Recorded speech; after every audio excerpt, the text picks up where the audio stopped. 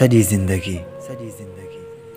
ज़िंदगी ख्वाबनि जे पोयां रुलंदा रहियासीं, मंज़िल जे पोयां डुकंदा रहियासीं।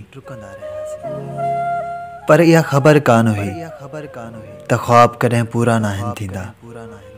ख्वाब टुटी पवंदा आहिनि, उम्मीदूं टुटी पवंदियूं आहिनि, जॾहिं साथ छुटी वेंदा आहिनि, हथ हथनि मां टुटी वेंदा आहिनि।